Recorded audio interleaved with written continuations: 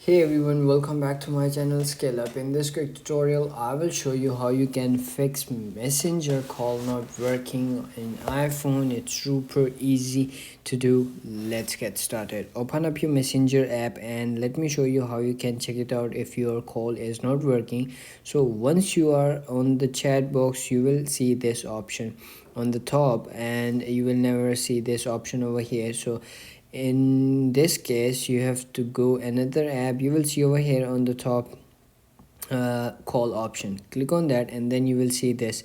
In the settings app, tap messenger and turn on microphone. If you are facing this issue, you have to go to your phone settings, or you can go to iPhone settings and then scroll all the way up and go to apps and then search over here messenger and then click on messenger.